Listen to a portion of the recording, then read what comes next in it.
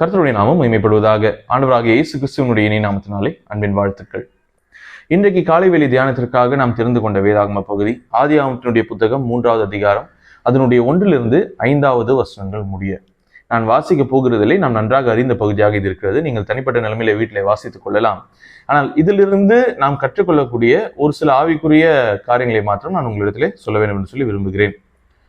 இந்த 5 வசனங்களிலே சொல்லப்பட்ட குறிப்புகள் என்னவென்று சொன்னால், சர்பத்திற்கும் ஏவாளுக்கும் நடுவாக ஏற்படக்கூடிய ஒரு சம்பாஷணை.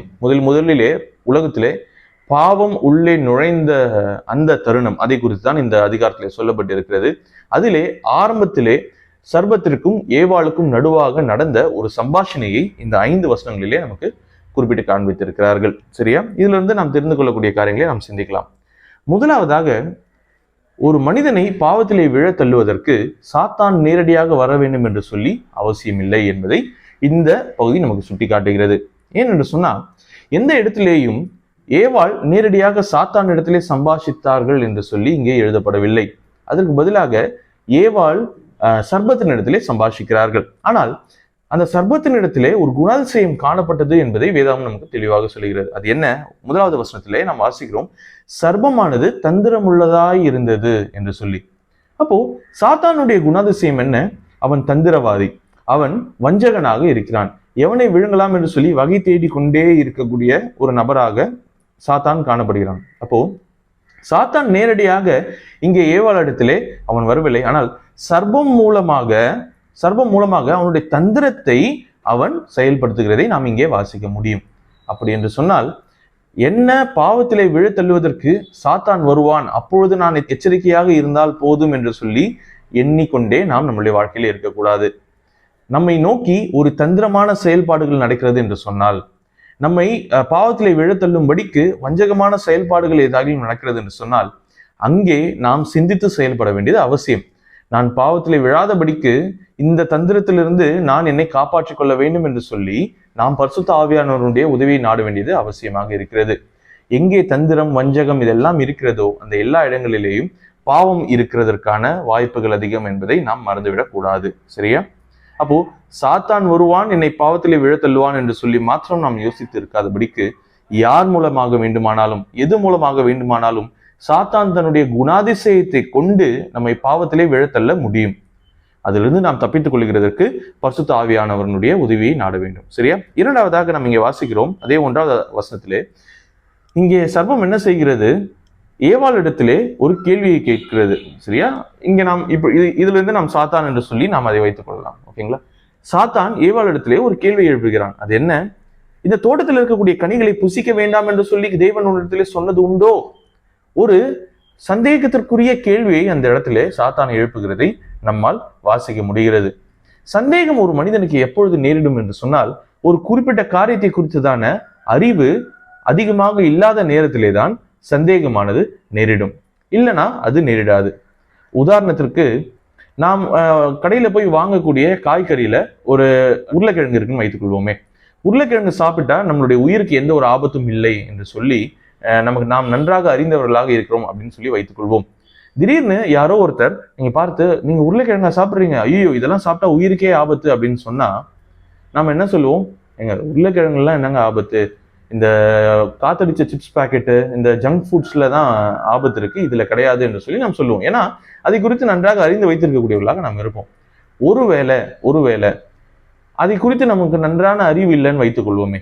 உருளைக்கிழங்கு அதனுடைய நன்மைகள் என்ன என்பது நமக்கு தெரியலன்னு வைத்துக் கொள்வோமே. சரியா? யாராகிலும் ஒருவர் வந்து, ஐயோ இதுவா சாப்பிட்றீங்க, இது உயிருக்கே ஆபத்துன்னு சொல்லும் பொழுது, அப்படியா, ஏன், என்ன நடக்கும் அப்படின்னு சொல்லி அவர்களிடத்துல நாம திரும்ப கேள்வி கேட்கக்கூடியவர்களாக இருப்போம். அதை குறித்து தானே அதை சாப்பிடலாமா வேணாமா என்கிற சந்தேகம் வரக்கூடியவர்களாக நாம் இருப்போம், இல்லையா? நான் இதை உதாரணத்திற்காக சொன்னேன். அப்போ ஒரு காரியத்தை குறித்ததான அறிவு நமக்கு நன்றாக இல்லை என்று சொன்னால், நம்மை நோக்கி எழும்பக்கூடிய கேள்விகள் நம்மை சந்தேகத்திற்குள்ளாக தள்ளக்கூடியதாக இருக்கும் என்பதை நாம் மறந்துவிட வேண்டாம். அப்போ இந்த இடத்துல ஏவாள், சரியா, தேவன் சொன்ன அந்த கட்டளை நன்றாக அறிந்து வைத்திருந்தார்கள் என்று சொன்னால் இந்த கேள்வி அவர்களுக்கு சந்தேகத்தை ஏற்படுத்தி இருக்காது. ஆனால் இந்த இடத்துல சர்ப்பமானவன், இந்த சாத்தானானவன் இந்த கேள்வியை ஏவாளிடத்திலே ஏற்படுத்தின உடனே இங்க ஏவாளுடைய பதில்களிலே தடுமாற்றத்தை நம்மால் பார்க்க முடியும். அது என்ன தடுமாற்றம்? 2வது 3வது வசனத்திலே நாம் வாசிக்கும் பொழுது, நீங்கள் தோட்டத்தில் இருக்க எல்லா விருட்சங்கள் கனியையும் நீங்கள் புசிக்கலாம், ஆனால் நடுவில் இருக்கக்கூடிய இந்த விருட்சத்தினுடைய கனியை மாத்திரம் நீங்கள் சாகாதபடிக்கு அதை புசிக்கவும் வேண்டாம், தொடவும் வேண்டாம் என்று சொல்லி கர்த்தர் சொல்லி இருக்கிறார் என்று சொல்லி இங்கே ஏவாள் சொல்லுகிறார்கள். கர்த்தர் சொன்னது என்ன? நீங்கள் அதை புசிக்க வேண்டாம் என்று சொல்லி மாத்திரம்தான் சொல்லியிருந்தார். தொடுவதை குறித்து கர்த்தர் அங்கே எந்த இடத்திலும் சொல்லவில்லை. ஆனால் இந்த இடத்திலே ஏவாள் அந்த ஒரு காரியத்தையும் கூடவே சேர்த்துக் கொள்கிறார்கள். அங்க நாம் வாசிக்கும் பொழுது இங்க பார்க்கிறோம், நீங்கள் சாகாதபடிக்கு அதை புசிக்கவும் வேண்டாம், அதை தொடவும் வேண்டாம் என்று சொல்லி கர்த்தர் சொன்னார் என்று சொல்லி இங்கே அவர்கள் பதில் கூறுகிறதை நம்மால் பார்க்க முடியும். அப்போ பிசாசானவன் இவர்கள் குழம்பி போயிருக்கிறார்கள் என்பது அவனுக்கு தெரிந்து விட்டது. அதற்கு பிறகு பிசாசு செய்யக்கூடிய விஷயத்தை பாருங்களேன். 4வது வசனத்துல, அப்பொழுது சர்ப்பம் ஸ்திரீயை நோக்கி, நீங்கள் சாகவே சாவதில்லை என்று சொல்லி சொல்லுகிறதை நாம் பார்க்கிறோம். The direct denial of God's command. தேவனுடைய கட்டளையை நேரடியாக பொய்யாக்கக்கூடிய ஒரு வார்த்தையை இந்த இடத்திலே சாத்தான் சொல்லுகிறான். சரியா? தேவனுடைய கட்டளை என்ன? நீங்கள் இதை சாப்பிடும் நாளிலே நீங்கள் மரித்து விடுவீர்கள் என்று சொல்லி கர்த்தர் சொல்லியிருந்தார். நாம் 2வது அதிகாரத்தினுடைய 17வது வசனத்திலே நாம் வாசிக்கும் பொழுது, இந்த விருட்சத்தின் கனியை புசிக்க வேண்டாம், அதை நீ புசிக்கும் நாளில் சாகவே சாவாய் என்று தேவன் கட்டளையிட்டார். ஆனால் இங்கே நாம் வாசிக்கிறோம், பிசாசு நேரடியாக ஒரு எதிர்மறையான ஒரு ஸ்டேட்மெண்ட்டை இந்த இடத்துல வைக்கிறான். என்ன? நீங்கள் சாகவே சாவதில்லை, நீங்கள் சாகவே சாவதில்லை. இந்த இடத்துல ஏவாளுக்கு ஒருவேளை கர்த்தருடைய கட்டளை என்ன என்பதை நன்றாக அவர்கள் அறிந்து வைத்திருந்தார்கள் என்று சொன்னால், கர்த்தருடைய வார்த்தையின் மீது முழு நம்பிக்கையும் வைத்து அதற்கு கீழ்ப்படிய வேண்டும் என்பதை அவர்கள் அறிந்து வைத்திருந்தார்கள் என்று சொன்னால், அவர்கள் சொல்லியிருக்க வேண்டிய பதில் என்ன? அப்படிலாம் கிடையாது, கர்த்தர் எங்களை இதை சாப்பிடும் நாள்ல சாவாய் என்று சொல்லியிருக்கிறார், நான் சாகாதபடிக்கு இதை நான் சாப்பிடக்கூடாது என்று சொல்லியிருக்க வேண்டும். ஆனால் அங்கே தொடர்ந்து அவர்கள் அந்த பழம் புசிப்புக்கு நல்லது, பார்வைக்கு இன்பம் என்று சொல்லி அநேக காரியங்களை சொல்லி அதை பறித்து அவர்கள் சாப்பிடக்கூடியவர்களாக இருந்தார்கள்.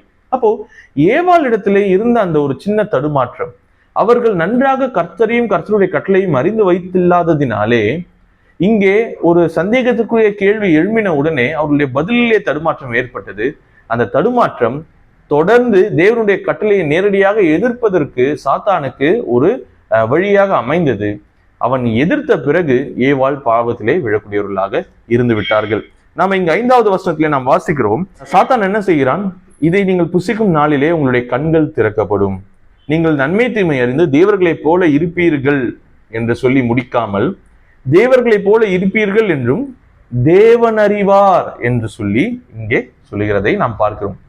அப்படி என்று சொன்னால் கர்த்தருடைய கட்டளையை மாத்திரம் எதிர்க்கக்கூடியவனாக இங்கே பிசாசானவன் காணப்படல. அதற்கு பதிலாக நிறைய நன்மைகள் சேரும், இதெல்லாம் கர்த்தருக்கு தெரியும், ஆனால் அதெல்லாம் உங்களிடத்துல இருந்து கர்த்தர் மறைச்சு வைத்திருக்கிறார் என்று சொல்லி மனிதனுக்கும் கர்த்தருக்கும் நடுவாக இருந்த அந்த டிரான்ஸ்பரன்சி, மனிதனுக்கும் கடவுளுக்கும் நடுவாக இருந்த அந்த பாண்டிங்கை உடைக்கக்கூடிய ஒரு வேலையையும் இந்த இடத்திலே பிசாசானவன் செய்கிறதை நம்மால் பார்க்க முடியும். சரியா? இது எல்லாவற்றிற்கும் காரணம் என்ன தெரியுமா?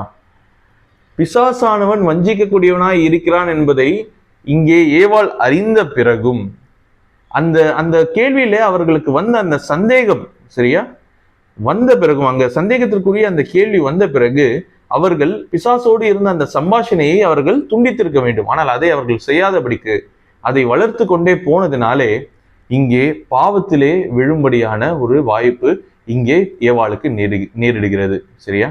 அப்போ ஒரே ஒரு துண்டிப்பு, நாம் எந்த இடத்துல ஒரு கான்வர்சேஷனை பிசாசு கூடவோ அல்லது பிசாசுடைய குணாதிசயங்களை கொண்டு வரக்கூடிய நபரோ அல்லது பொருட்களோ அதன் இடத்திலே நாம் நம்மளுடைய அந்த பாண்டிங்கை துண்டிக்காததினாலே இங்கே பாவத்திலே விழக்கூடிய ஒரு சம்பவமானது இங்கே நேரிடுகிறது. இங்க நாம் தொடர்ச்சியாக நாம் பார்க்கும் பொழுதெல்லாம் அதுதான், பிசாசு சந்தேகத்தை ஏற்படுத்துகிறான். அந்த ஒரு கேள்வியிலே ஏவாள் நன்றாக கர்த்தரையும் கர்த்தருடைய கட்டளையும் அறிந்து வைத்தில்லாததினாலே அவர்கள் தடுமாறின அந்த நிமிஷம் அவர்கள் விழுந்து போனார்கள். அப்போ நம்முடைய வாழ்க்கையிலே நாம் கற்றுக்கொள்ளக்கூடிய காரியம் இதிலிருந்து என்ன? தேவனையும் தேவனுடைய கட்டளைகளையும் நாம் நன்றாக அறிந்து வைத்திருந்தோம் என்று சொன்னால், பிசாசு நேரடியாக நம்மை தூண்டினால் கூட நம்மை பாவத்திலே விழ வைக்க அவனால் முடியாது. ஆனால் அதை நாம் அறிந்து வைத்திருக்கவில்லை என்று சொன்னால், பிசாசு நேரடியாகவோ யார் மூலமாகவோ எந்த பொருளின் மூலமாகவோ அவனுடைய குணாதிசயங்களை கொண்டு மிகவும் எளிதாக நம்மை பாவத்திலே விழத்தள்ள முடியும் என்பதை இந்த இடம் நமக்கு நிரூபிக்கக்கூடியதாக இருக்கிறது. சரியா? நாம் நம்மளுடைய வாழ்க்கையிலே நம்மை நோக்கி வரக்கூடிய அநேக இந்த சந்தேகத்திற்குரிய கேள்விகள், சரியா, இது எல்லாவற்றையும் தேவனிடத்துல நாம கிளாரிஃபை பண்ணணும். ஒருவேளை பிசாசானவன் இந்த கேள்வியை கேட்கும் பொழுது, ஒருவேளை அவர் எப்படி சொன்னது உண்டோ என்று சொல்லி கேட்கும் பொழுது, ஏவாள் என்ன செய்திருக்கலாம்? அவர் அப்படிதான் சொன்னார், நீ இதை குறித்து எதுவும் சொல்லாத, நானும் அவரும் பேசுகிறோம், உதாரணத்திற்காக சொல்லி நானும் அவரும் பேசுகிறோம்னு சொல்லி போயிருக்கலாம். அந்த இடத்துல அந்த சம்பாஷணையை துண்டித்து இருக்கலாம். ஒருவேளை இப்படியாக நான் சிந்தித்து பார்க்கிறேன், ஏவாள் ஒருவேளை தேவனிடத்துல போய் இப்படி சர்ப்பம் ஒண்ணு வந்துச்சு, அது இந்த மாதிரியான கேள்விலாம் எனக்கு கேட்டுச்சு, அதை நீங்க சாகவே இல்லை அப்படிலாம் ஆக்சுவலா சொல்ல ஆரம்பிச்சிருச்சு, எனக்கு ஒரே சந்தேகமா போச்சு, அதனால தான் நான் உங்க இடத்துல வந்தேன்னு சொல்லி கர்த்தர் இடத்துல போயிருந்தா நிலைமை மாறி போயிருக்கும் இல்லையா? அப்போ நாம் எந்த இடத்திலே ஒரு சம்பாஷணையை துண்டிக்க வேண்டும், எந்த இடத்திலே அதை வளர்க்க வேண்டும் என்பதை நாம் யோசித்து செயல்பட வேண்டியது அவசியம். இது எல்லாவற்றிற்கும் ஃபவுண்டேஷன், பேஸ் என்னவென்று சொன்னால் கர்த்தரையும் அவருடைய கட்டளையும் நாம் அறிந்து வைத்திருக்க வேண்டும். சரியா? தேவனுடைய பலத்தினாலே, பரிசுத்த ஆவியானவருடைய உதவினாலே நாம் தொடர்ந்து தேவனை குறித்தும் அவருடைய கட்டளை குறித்தும் நன்கு அறிந்து வைத்து பாவத்திற்கு எதிர்த்து நிற்க கர்த்தர் நமக்கு உதவி செய்வாராக. விழுந்து போகக்கூடிய சந்தர்ப்பங்கள் நமக்கு வந்தாலும் கூட அதிலிருந்து நாம் எழுந்து மறுபடியும் தேவனை நோக்கி ஓடுகிறதற்கு கர்த்தர் நமக்கு உதவி செய்யட்டும். கர்த்தருடைய நாமம் மாத்திரமே மகிமைப்படுவதாக. ஆமென்.